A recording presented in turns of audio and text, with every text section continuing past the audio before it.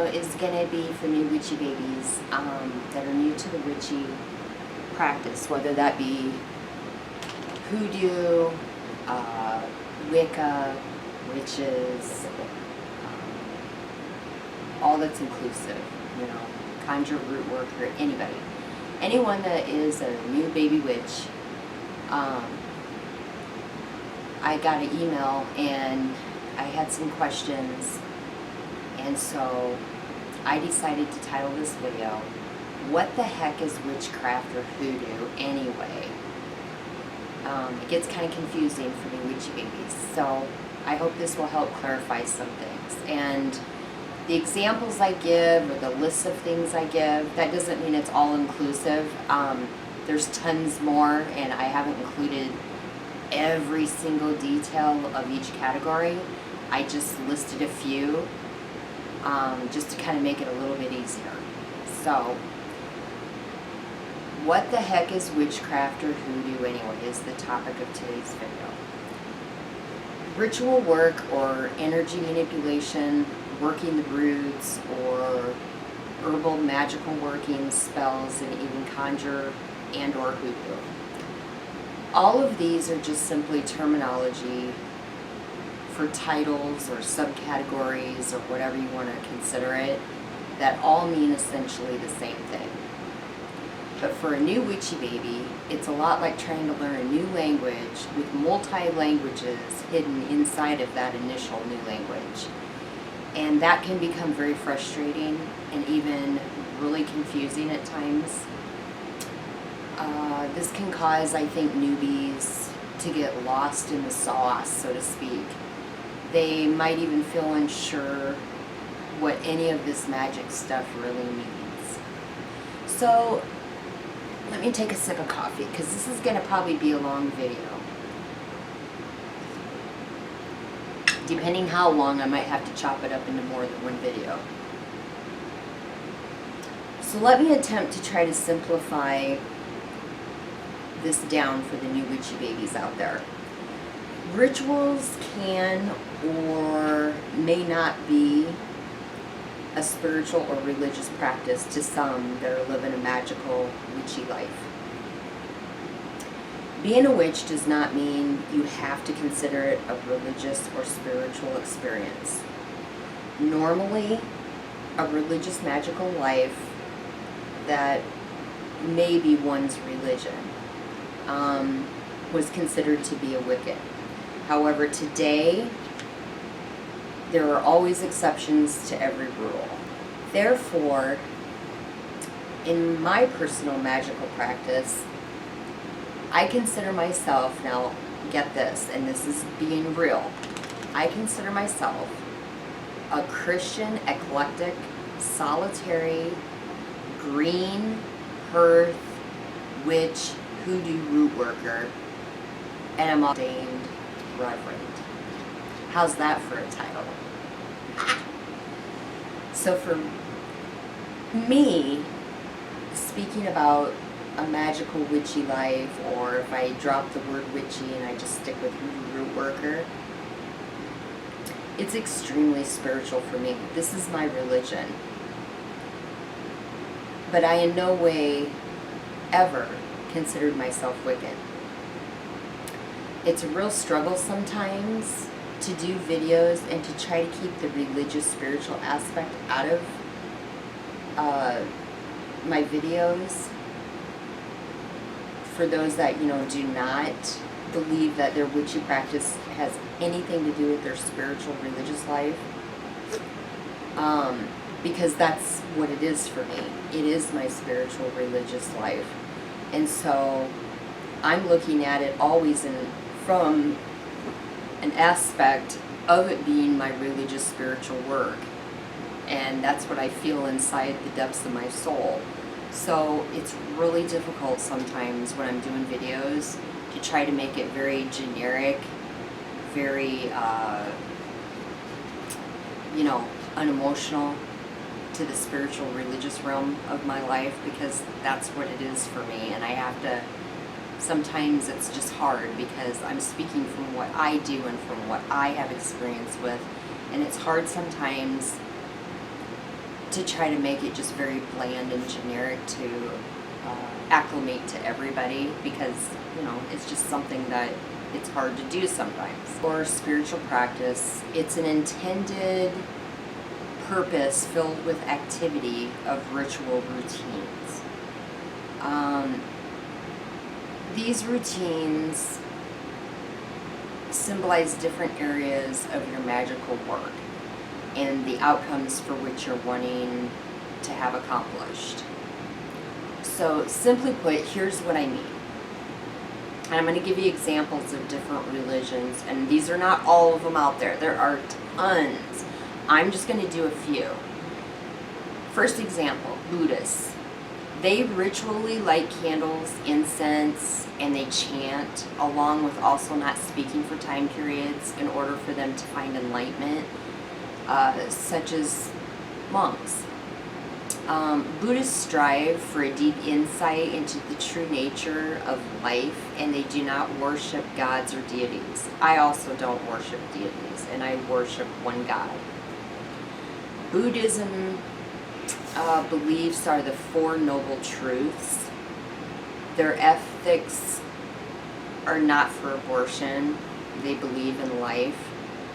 Customs are venerating the Buddha, pilgrimage, and ordination. History is the Buddha. Holy days are Dharma Day. The people that they look up to and respect is the Dalai Lama. And there's many subdivisions also under Buddhists. The next one that I'm going to cover is Muslims.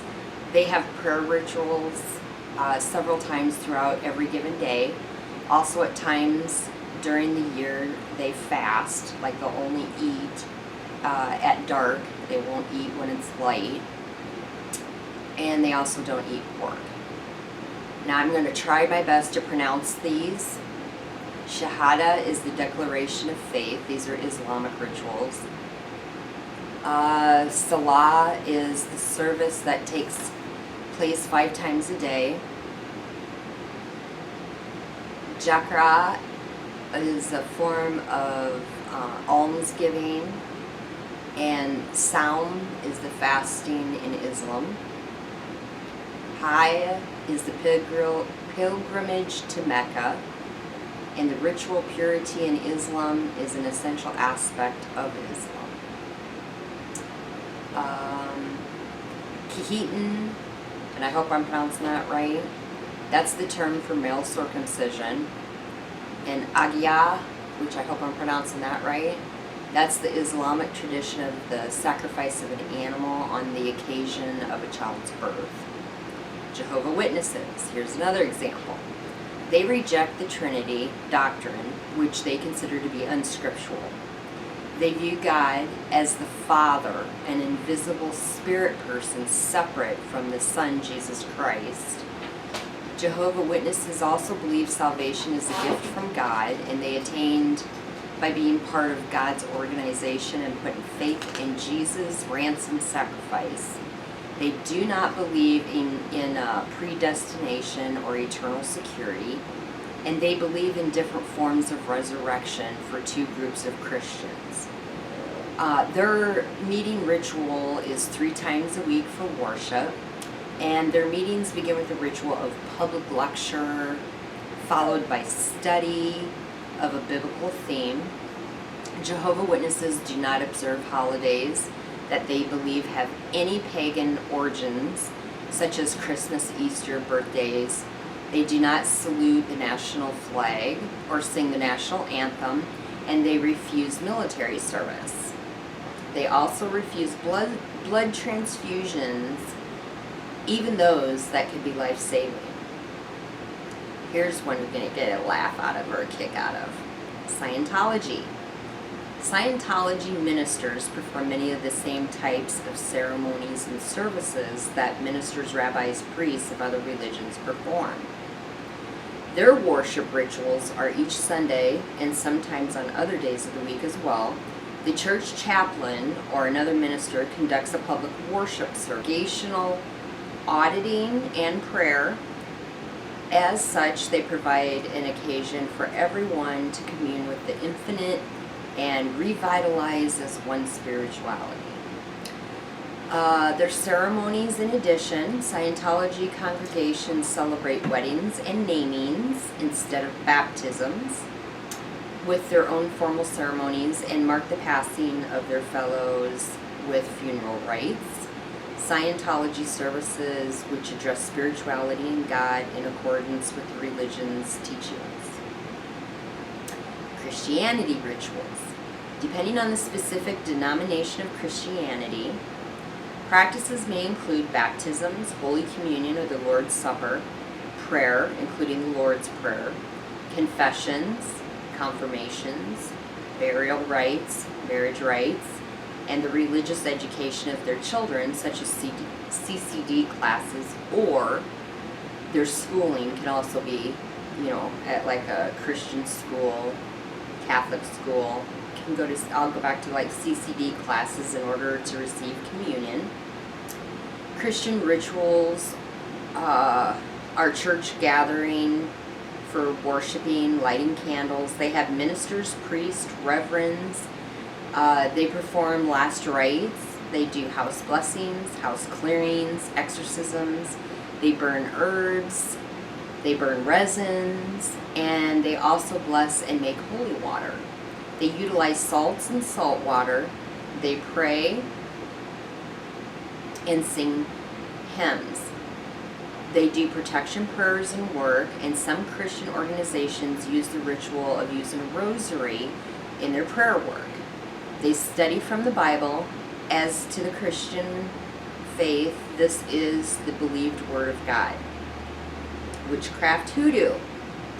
We burn herbs and resins and candles. We too work from the Bible many times and read it and understand it and apply scriptures many times to specific workings that we're doing, as well as applying certain morals to our lives as best as we can.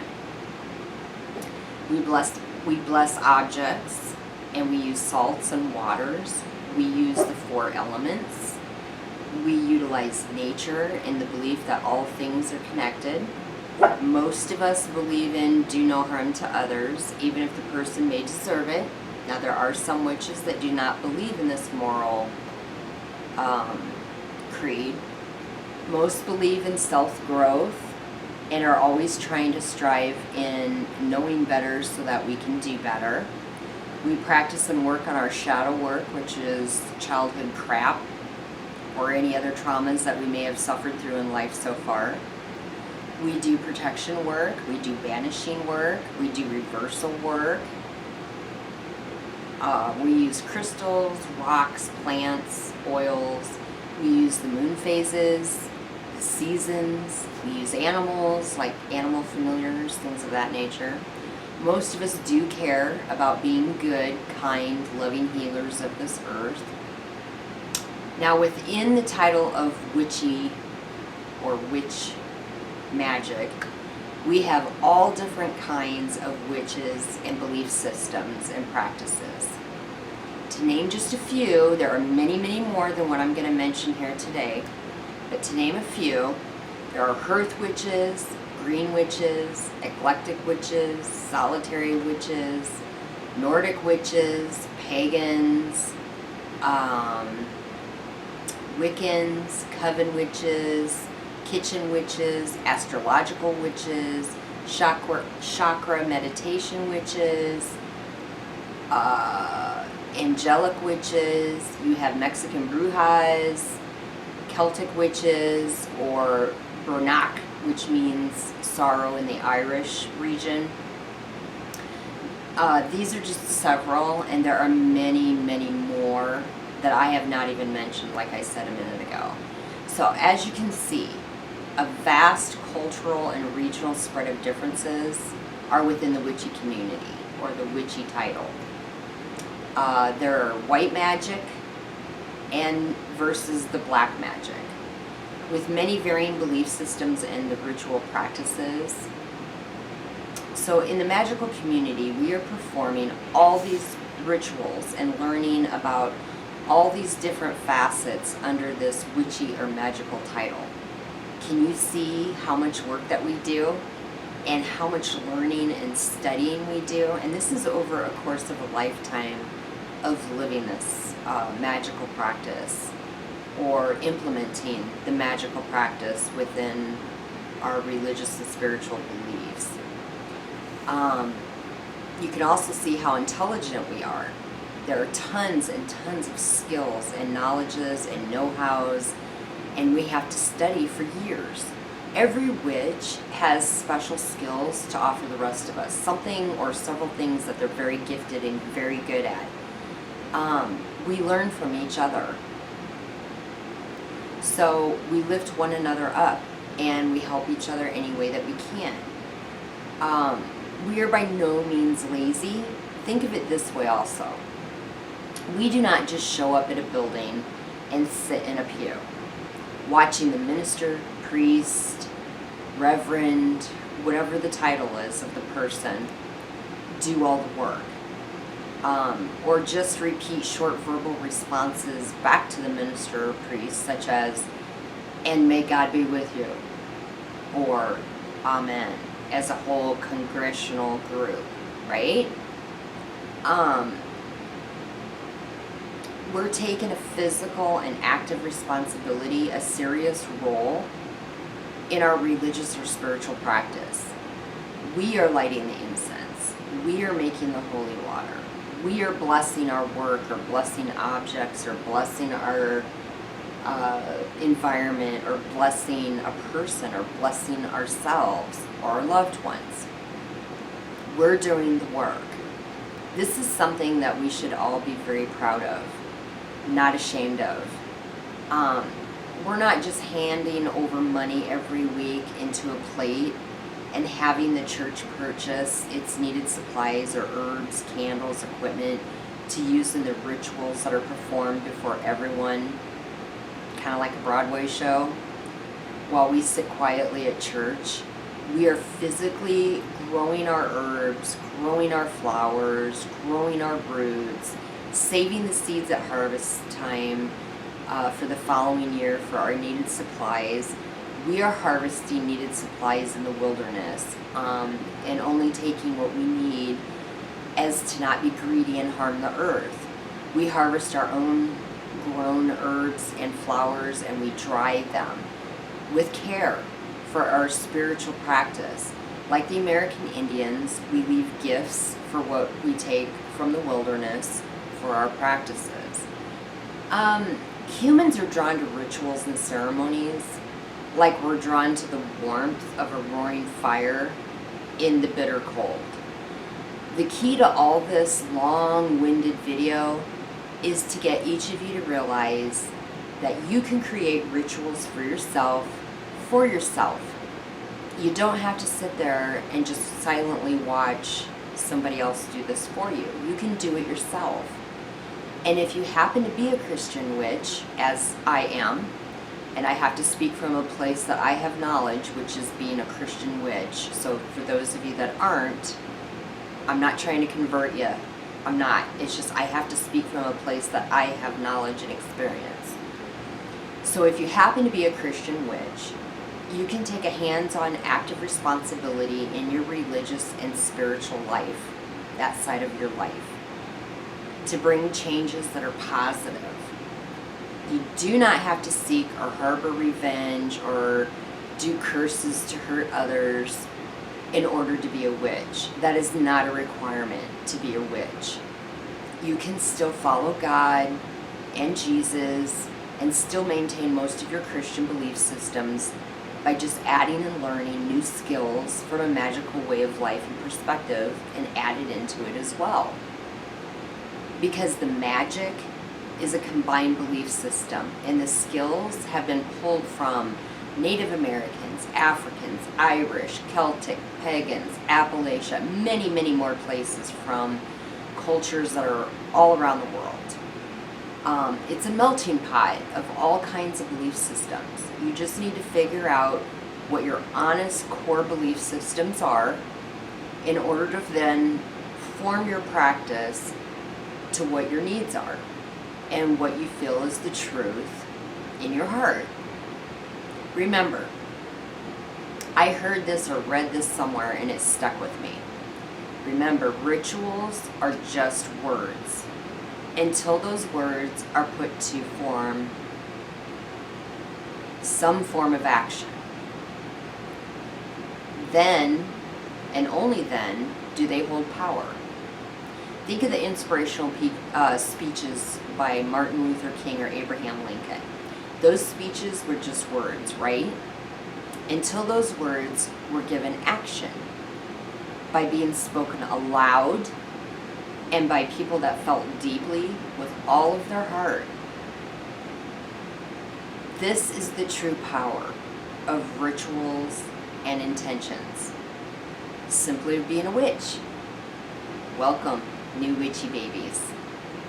I hope this video helped break down and simplify the understanding of the big umbrella captioned, what is a witch, or what is hoodoo anyway? I know it gets confusing because there's like a million subcategories and they branch off into other subcategories under the title witch or hoodoo or root worker or whatever. And so when you're new, I can remember feeling this way when I was new. It was overwhelming. It was confusing. I was like, what? Because one book, you know, would talk about hearth witch, which if you're a green witch and a kitchen witch, you're most definitely probably a hearth witch as well. Hearth.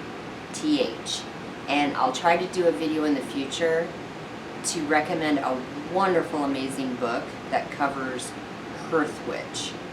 But green witch, definitely that. I garden, indoor plants, you know, herbs and veggies, and I love plants. They excite me. I get excited. I love going in the woods and taking an herb book or a plant book with me for identification and just going and trying to identify plants. That to me is a blast. I won't eat or consume anything because, you know, when you're new at identifying certain species of plants, you don't want to eat something that's poisonous and kills you. So I'll go just to identify plants, and if I'm absolutely certain of a plant that I've identified, dig it up gently, bring it home, plant it in my bed, in my garden bed or herb beds, you know, like St. John's wort or yarrow or Indian cucumber, wild lettuce, things like that, you know, I'm really confident about identifying, bring them home that way. Because I'm not a millionaire and I can't buy everything, you know, I'll go broke. So I hope this video helped to kind of explain things and simplify things to the new witchy babies out there. And email me, ask me for my email. I'll give it to you if you have any questions on anything else. Or if you have a suggestion for a specific video that you'd like me to do, email me, talk to me, let me know.